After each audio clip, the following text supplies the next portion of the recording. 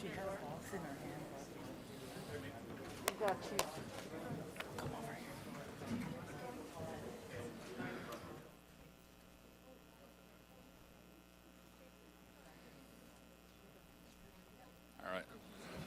All right. Good morning, everybody, and thank you for being here. And thank you very much for your patience this morning. My name is Mark Hancock, and I'm the National President of the Canadian Union of Public Employees.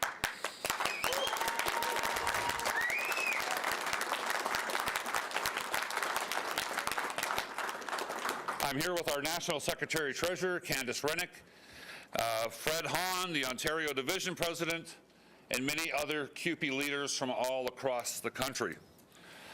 To start with, you can see there's a big crowd of folks up here with me, and I'd like to introduce a few of my friends from the labor movement who have joined me today.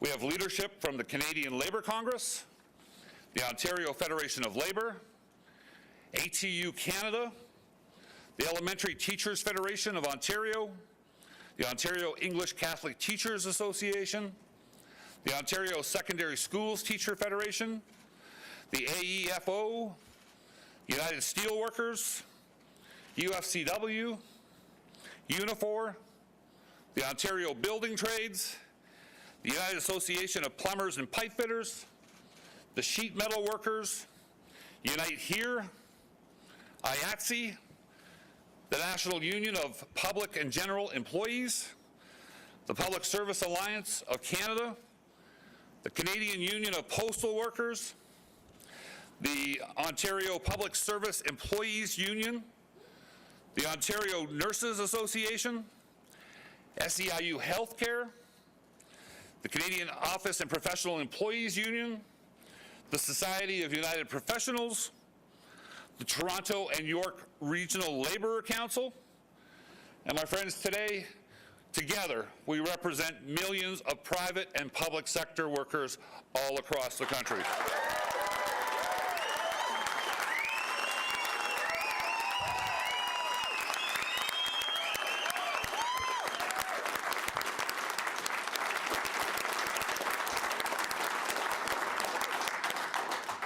This is an unprecedented gathering of labor leaders because the attack against worker rights that we've seen from this government, the attack on the rights of all Canadians, which has been unprecedented. Bill 28 was a direct threat to workers' rights and to the charter rights of all Canadians.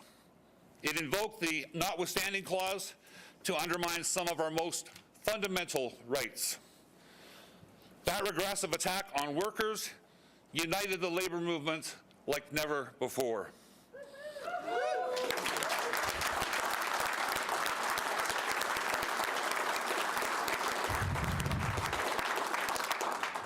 I am so proud of CUPE's frontline education workers, 70% of whom are women, and that they stood firm.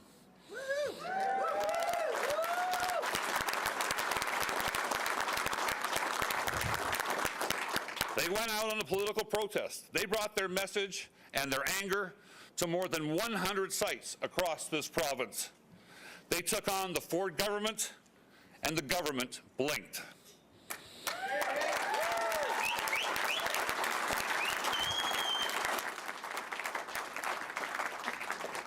This morning, Doug Ford announced that he would rescind Bill 28. I know there might be a little bit of doubt about that, but we have it confirmed.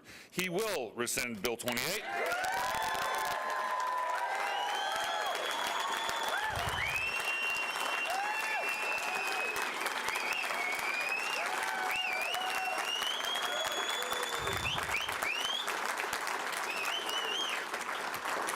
And that's a credit to the power of our members and workers and organized labor here in Ontario and all across Canada.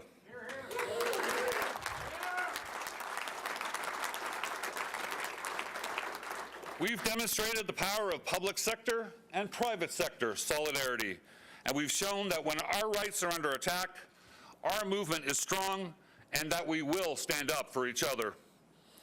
I'm so grateful for the incredible support and solidarity of our members all across this country.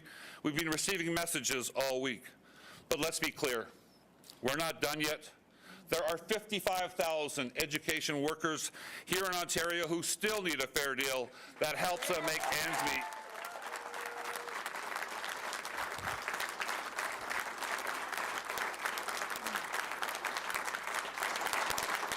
And we are going to stand with them until they get a deal that works for them and their families.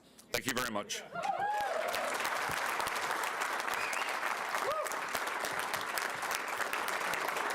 Thank you, Mark, and I don't have an exciting costume for you today, but here I am. I want to thank every single Labour leader who is here today, but most importantly, the Labour leaders who are not here with us today, those workers who are currently on the demonstration lines. Education workers, my colleagues, are so very grateful for the solidarity and support everyone has shown.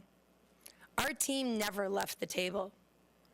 Our goal has been, and it remains, to get a fair deal that respects workers, students, and families.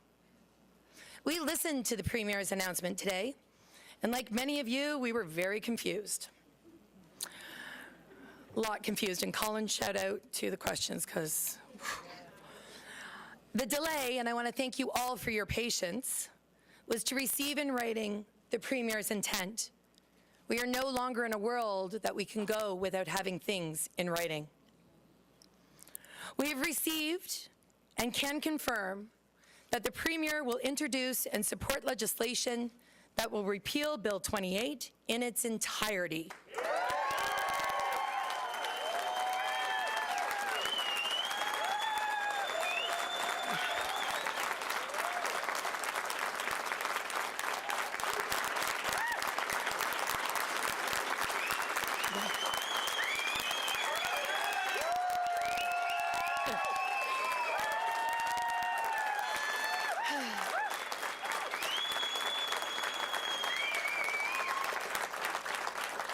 And this bill will be repealed in a manner that ensures that the legislation will be deemed that it was never a law in Ontario in the first place.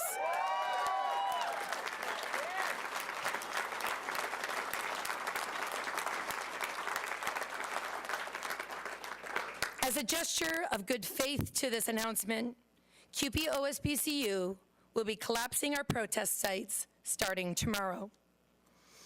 We hope that this gesture is met with the same good faith by this government in a new proposal at the bargaining table as soon as possible. And I will be clear, we're here waiting right now.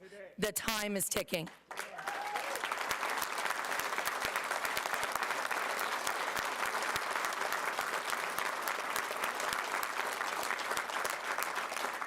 Let's not forget why this all started.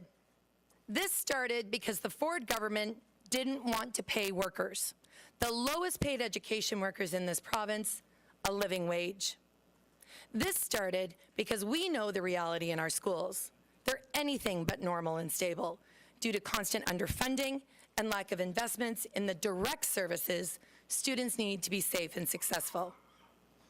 This started because education workers have been overlooked, underappreciated, and legislated into poverty.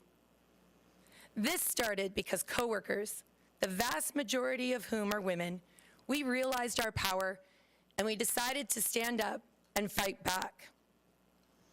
These workers, these custodians, early childhood educators, EAs, clerical workers, lunchroom supervisors, tradespeople, maintenance, and so many more, deserve a deal that has been freely negotiated, that keeps them out of poverty and allows them to meet the needs of their students.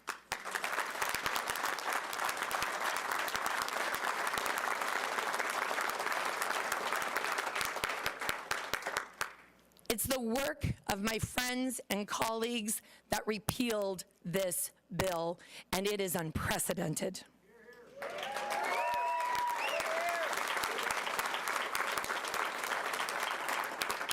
The organization of members moved the government to this place, and the organization and mobilization of members will ensure a real deal is achieved at the table now that this draconian legislation has been removed. And I want to take a moment to speak directly to Ontario education workers, my co-workers and our members. We have our bargaining rights back.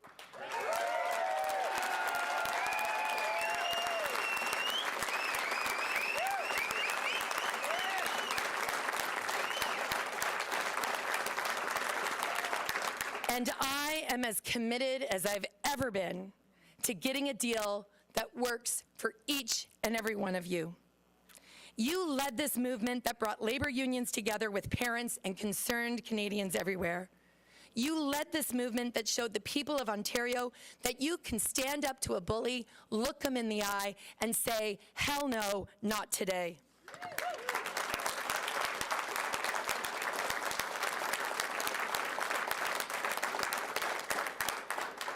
And I want to say I am so very proud of every single one of you. And we're going to be going back to that bargaining table to continue the fight. Thank you.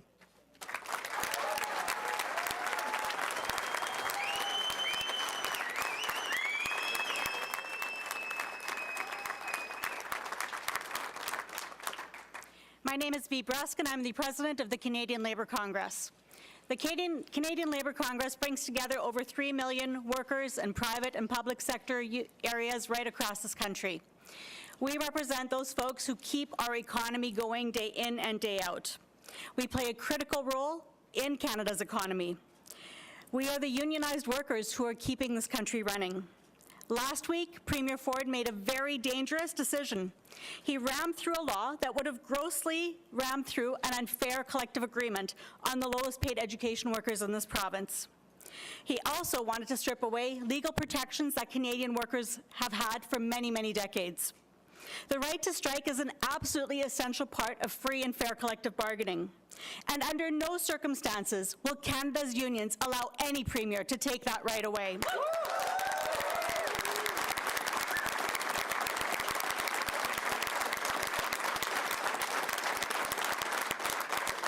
Premier Ford did this when he knew that our economy is in peril. He did this when he knew that schools, children, parents, grandparents, and employers would be scrambling by trying to implement this kind of a bill. He knew that every single workplace would be impacted at a time when our economy and the people of this province cannot withstand another blow. I'm glad that Premier Ford made the right decision this morning and walked back this dangerous and reckless legislation. But now that he's put his promise in writing, I'm asking him to put his money where his mouth is and actually get to the bargaining table and negotiate a fair deal.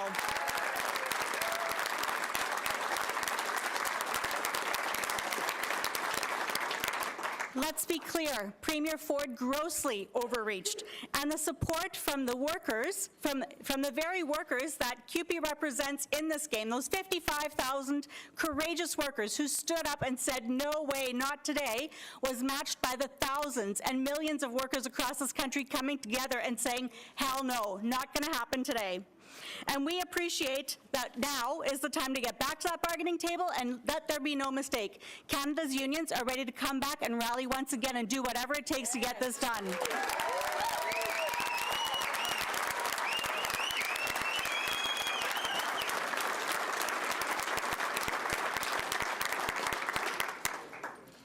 Hi, my name is Karen Brown. I'm president of the Elementary Teachers Federation of Ontario. On behalf of ETFO and the 83,000 members we represent, I'd like to thank CUPE National for inviting me here to be with you all today. We stand together, united in solidarity, and fueled by the collective power of our members, the workers of Ontario. Let there be no doubt that we will not stand by and watch this government strip away our constitutionally protected rights because they want to avoid the inconvenience of negotiations. Never, not here, not in Ontario. We will not stand by and let that happen.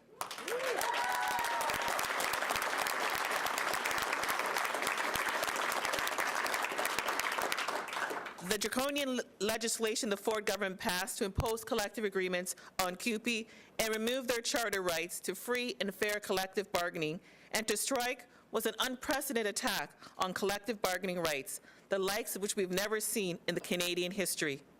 Rest assured, we, our members, my colleagues, the people of Ontario we will hold Premier Ford to his word to rescind Bill 28. We stand in steadfast solidarity with CUPE. You can count on us. You can count on ETFO. Solidarity.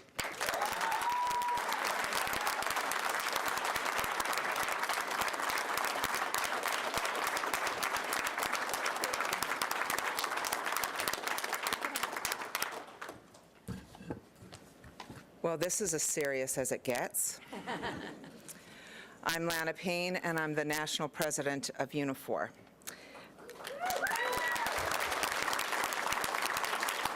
We represent 315,000 workers across this country, most of whom work in the private sector.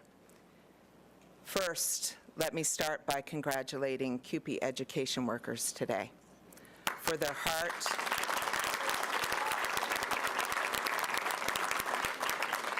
for their courage, and their resolve. They're the reason we're all here. And to Laura Walton for her fierce and relentless leadership.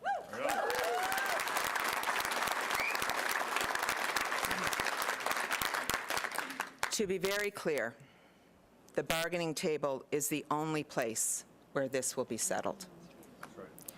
And the priority now is to get these workers a fair and negotiated collective agreement. Half of Unifor's members live and work here in Ontario. Bill 28, as you've already heard, represents an outrageous and unprecedented attack on workers' rights and trade union freedoms. And as a labor movement, we were prepared to respond with an unprecedented response.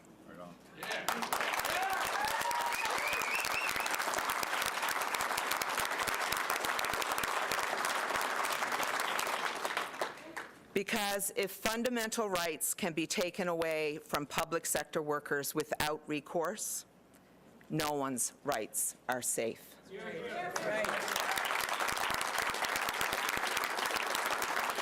There is no question that this same tactic could have been used here again in Ontario and in other provinces. You can be sure that other Conservative premiers were watching this very closely. Workers made it clear that they will not tolerate the weaponizing of the notwithstanding clause to strip away our charter rights. Not today, not tomorrow, not ever. Not today, not tomorrow, not ever.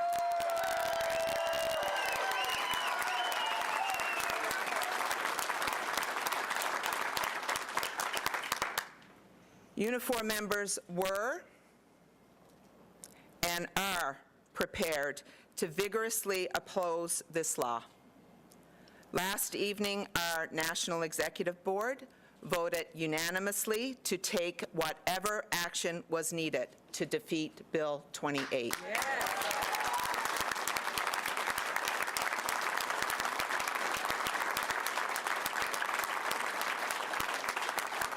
And I'm very proud of their solidarity with their sisters and brothers, education workers, CUPE members.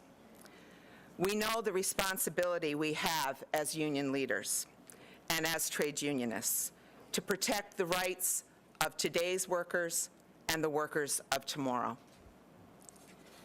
I'm pleased to see that the Premier has made this commitment to revoke the legislation.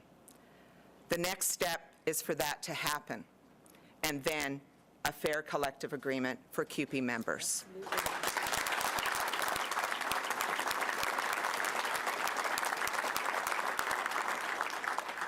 To CUPE members, all workers on demonstration lines today, Unifor will be with you every single step of the way until you win. Solidarity.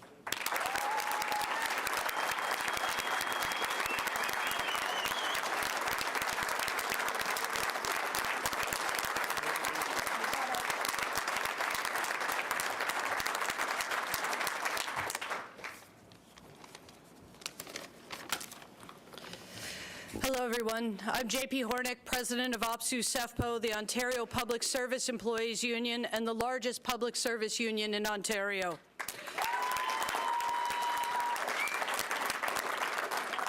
And while I'm pleased to hear the promise from the Ford government that Bill 28 is being repealed, our 180,000 members of OPSU are not standing down. We are standing by. We will make sure that promise is made to stick. OPSU-CEFPO members are in this fight with the CUPE education workers, with all workers, until a fair deal is reached for CUPE workers, for our own education workers, for teachers, and for workers across this province, including our comrades in ATU.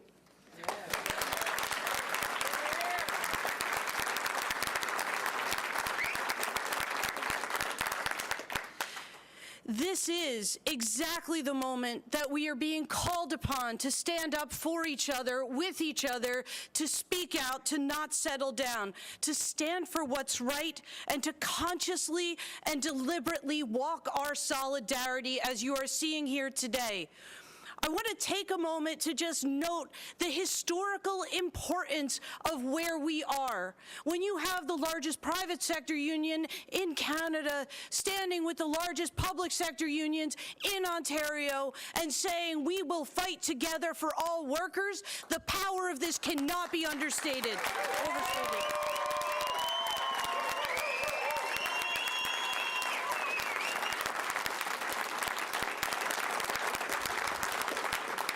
Bill 28 was a direct attack on unions. A union exists to harness the collective energy and power of workers so that they can stand together to better their working conditions. But it was also an attack on the foundations of democracy, the freedom of association and the freedom of expression. All Ontarians should be terrified of this abuse of our charter rights, and all Ontarians know that they should be joining Labour in this moment to hold the Ford government accountable.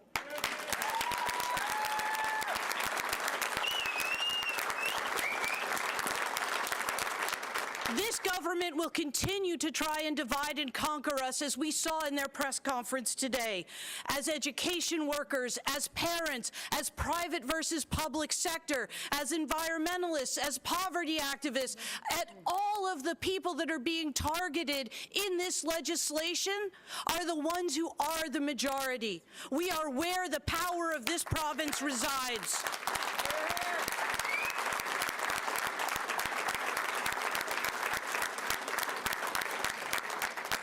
So while first they are coming for education workers, we need to let them know, and we need to stand up and stand here together for as long as this fight takes to get them a fair and freely bargained deal, that when you come for one of us, you come for all of us.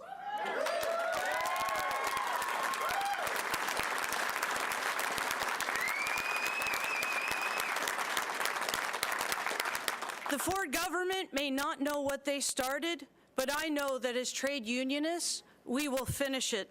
And I know that workers, united, will shut this province down whenever we need to.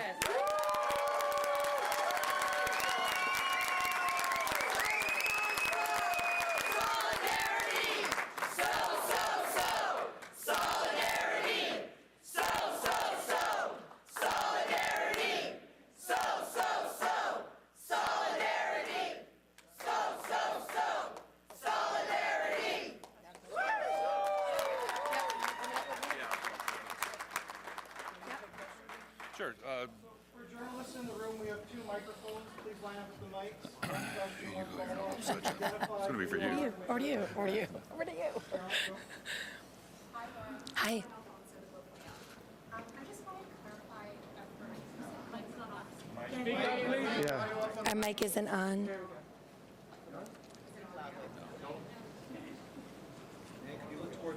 Broadcast voice, Caroline. Belt it out. I just got mine back, Carolyn. You have to go from the diaphragm, I've been told. Is this one working? I think this one's working. Is it? Okay. Thanks, Ken. Hi, Laura. Hi, how are you? Okay. I just wanted to clarify, when you said you were collapsing picket lines tomorrow, does that mean your members are returning back to school? Yes, we will be at work tomorrow morning.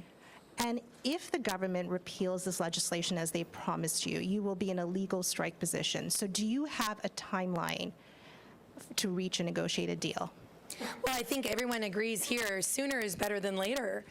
You know, I would like to see this government, if they're serious, if this is not more than just a public display, they need to be directing their team to be at the table. We're here, we're ready to go. I'm actually bringing in my team from all over Ontario. I said, be here, we're going to go. We're going to go as soon as we possibly can. We need to be at the bargaining table. We've said this all the way along. I even offered to buy Doug dinner. I'm ready, let's go. Hi, Rob Ferguson, Toronto Star. Did the Premier indicate when he is going to repeal this legislation? Is he going to recall the legislature tomorrow? And why do you believe something in writing on this before it happens? Well, we asked for something in writing because we weren't sure what the hell he said by the end of the conference. And I noticed out there on Twitter world and very other social medias that not a lot of people were really sure what he actually was committing to repeal. My understanding is that he has talked to the NDP, and they've committed to bringing their folks back to the legislature, so we're hopeful very soon. I don't have a real time frame. Okay, and you know, I've heard the remarks here from all the union leaders and what JP was just saying about shut the province down. So what was in the works? I mean, was it going to be, was it going to be more? Was it going to be more than the days of protest? Can you be more specific? Because, I mean, was there going to be a general strike? What was the plan? When I retire, I'm going to write a book. You can buy it.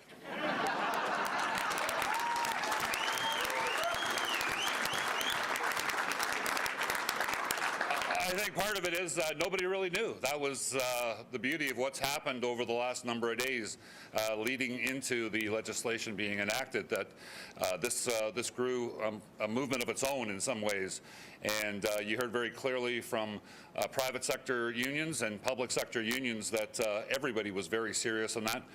And what that looked like on Saturday at the rally and on Monday, I think we had a pretty good idea, but beyond that, I have no idea. This has got legs of its own. Okay. Thank you. Hi, Steve. Hi, Laura. Good morning, or good afternoon now, I guess. And I have two questions for you. But before I ask my questions, can you clarify, so is it school resuming tomorrow now that the protests are coming down? Well, the union doesn't direct the school boards, so I'm assuming that the school boards will be coming together and they will be making announcements. But my understanding is that our members will be at work tomorrow. Okay, thank you. And my two questions. Can you clarify this whole 12% over 4 years, 50% compensation, 100 plus sick days? Because I think it has a tendency to confuse a lot of people, and I'm not sure what the purpose is. You don't say. Can you confirm that, or maybe explain Yeah, I would that? love to confirm it, and I can actually provide a source of where all this information is. Folks can go onto our website at osbcu.ca. All of the proposals are there. Minister Lecce has a really interesting way of spinning things in order to make it seem more palatable. And so, you know, there is this, you know, every time he got to a mic, there was like a magic 8 ball that he shook, and that was the number he came out with.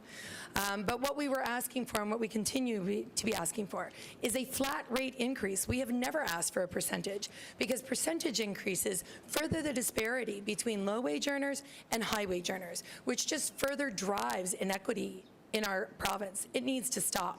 So we are going to be back at the table asking for our flat rate wage increase yet again. There will not be a percentage. And my understanding, and I defer, my researcher's not here, a lot of this was him taking what we were asking for and applying it to other groups down the line. Prep time already exists for teachers. You don't actually need to increase it in order for someone else to have it. So I think there was a lot of creative math, which maybe is a little bit scary when you consider this is the government that wants to change the math curriculum. So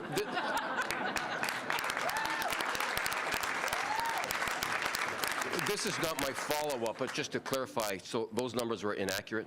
Yes. Okay. You and I had a conversation, I'm sure you won't mind me sharing this conversation, that you and I had in the parking lot of Queen's Park on, I think it was Wednesday afternoon.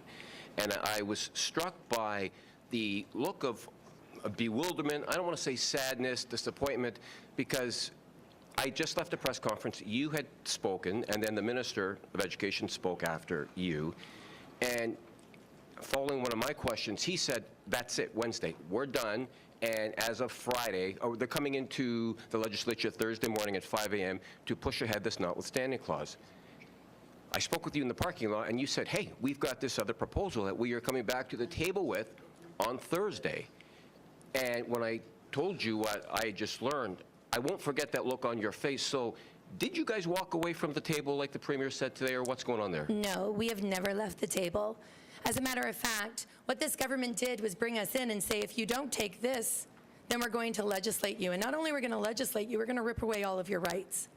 And interestingly enough, I did an interview this weekend where it was confirmed that this legislation was written far before last Sunday. As a matter of fact, this legislation has been in the works as he tried to work his way through to make sure that the lowest paid education workers were kept in poverty and that he could have schools open.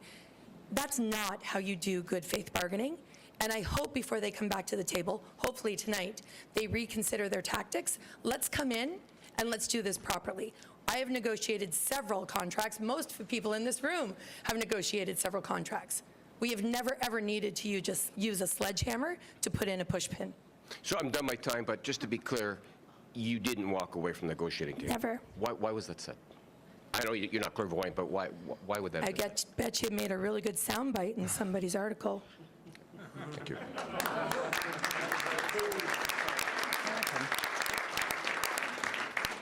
Hey, good afternoon, Laura. Colin DeMello from Global. So what happens now at the negotiating table if you don't come to terms on a new contract?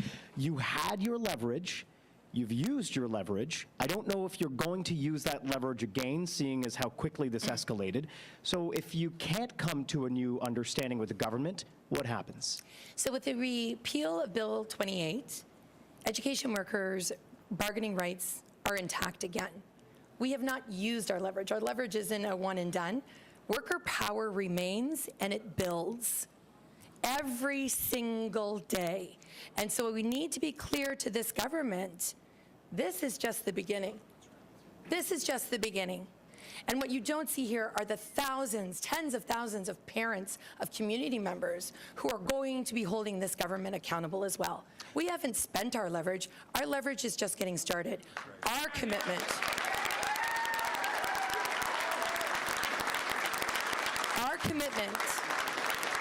to the people of Ontario, to the parents, to the kids, is we are going back to the table with open minds, open hearts, and we're ready to negotiate. And we call on the government to do the exact same. Right. So the Premier today was asked, would you reintroduce the notwithstanding clause? And he wouldn't answer. So I'll ask you something similar. Are you willing to go on strike or issue a notice of a strike again if the talks don't move forward in the direction that you would like to go? Yes, because that is the right of all workers in negotiation and in free collective bargaining.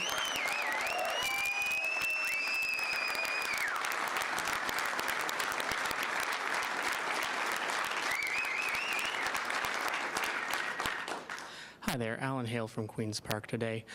I didn't quite catch all of the unions that are here today, but I was wondering if there is a representative here from any of the unions that endorsed the PCs during the last election, and if they would like to address that decision and what their relationship with the government will be going forward.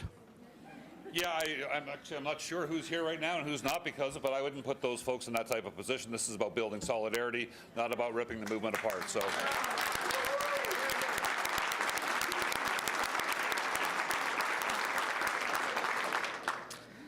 Should any union be having a close relationship or be endorsing the PCs after what they've done? You know what I would answer to that, Alan, is people make choices all the time. But what really matters is when you need your family, which this is our family, regardless of what anyone has done in the past, we all know at the heart of it, protecting workers' rights will always come first. And I think you've seen that here.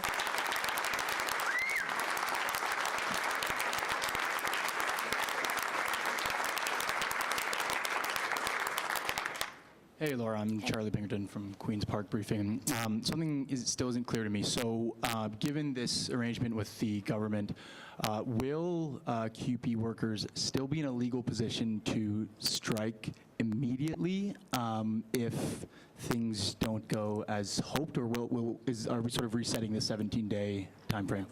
So in accordance to the School Board Collective Bargaining Act, we are still in a legal position to strike. We would have to serve a 5-day notice. That is what's required of us. So no, we don't have to reset the clocks. But we're going into this not with our eyes on that, but on our eyes on getting a real deal.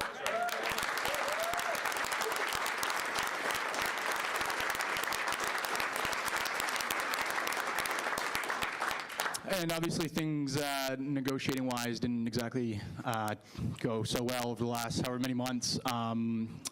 You know, what are kind of the lines in the sand for your negotiating team now to, again, prevent everything from falling apart once again?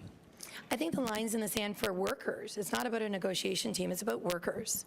And the line in the sand is that these workers need to be able to afford to go to work. They need to be able to keep a roof over their head. They need to be able to put food on their table. But they also need to ensure that the services that they proudly provide to the students of Ontario are in place. And right now, they are not in place. Contrary to what everyone is saying, we do not have enough people in place. We do not have enough folks even to take the jobs. There is a recruitment and retention issue. And we need to address that now. And the way that that gets addressed is by investments and in funding and making sure there's a real wage on the table for workers.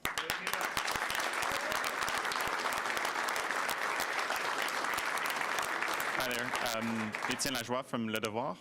I'm just wondering, does this sort of taint the relationship between unions and the PCs sort of going forward over the next 3 years of this PC mandate, essentially? Well, I think as far as relationships go, I mean, we all bicker, right? But I think what we need to remember, not just as unions, but as people, elections are one day. Your term is for 4 years, and the people of Ontario have a responsibility to hold whatever elected government comes into place accountable for their actions.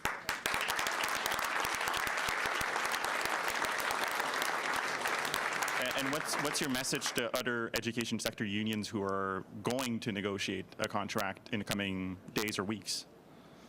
Listen to your workers. The worker power is there. And education workers in CUPE, we are going to be right there beside you, whatever you need. Every single one of these unions, whatever you need, we're there. Because I think we've proven we are so much stronger together than we are divided.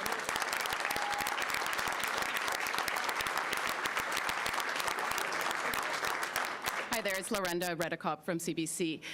Do you have a sense of what this means for that Ontario Labour Relations Board decision that's supposedly coming? I'm not sure if your lawyers have been in touch with them. He says we won, and I think we did. You know, I didn't even watch it. And a lot of people are like, what? I love Stephen Barrett, but when you know that you're in hands of Stephen Barrett, you don't need to watch because you have faith in the people who are fighting for you. And that's what the members had. They had faith in the people up here, out there, who are fighting for them every single day. We won. The bill is gone. We won.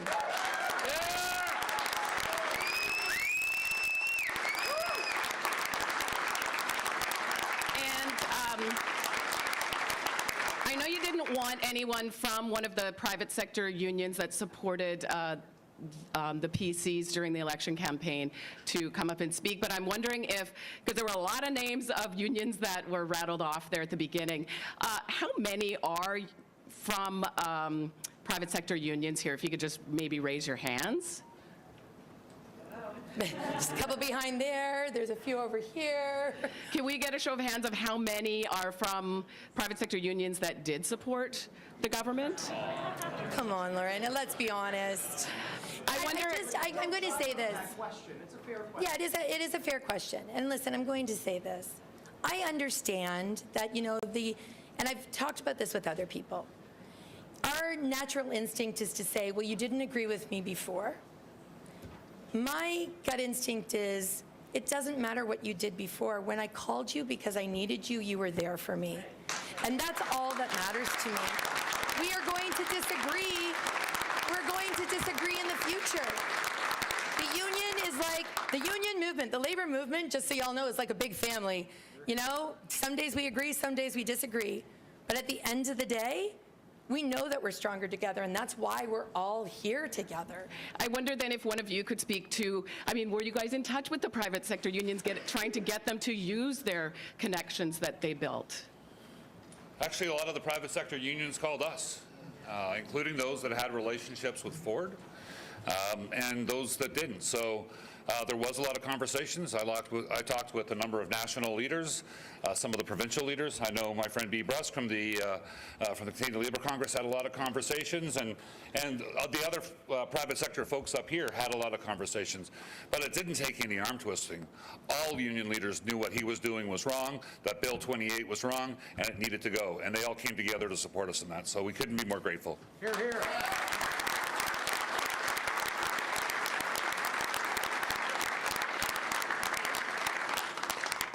Laura, can I ask you one more question? Sure. Let's just make it like a conversation. Forget everybody else is here. Forget the hundreds. Got it, Steve. I'm on it.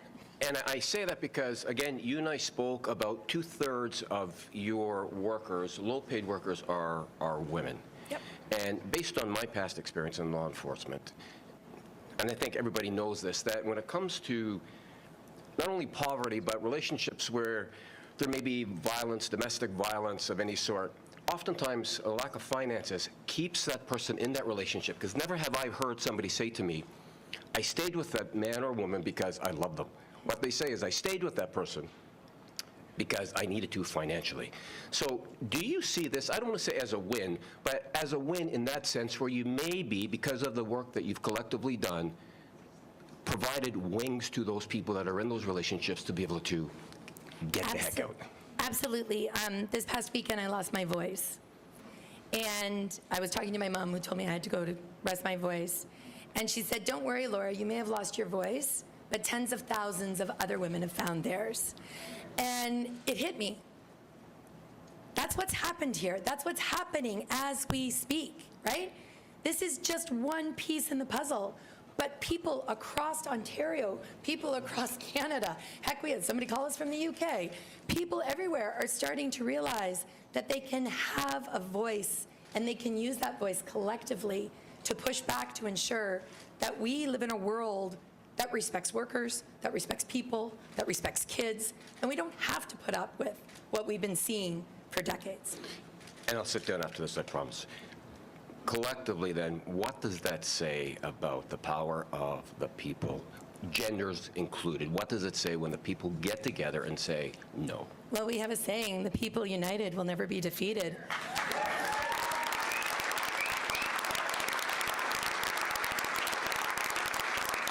Thank you, everyone. Take care.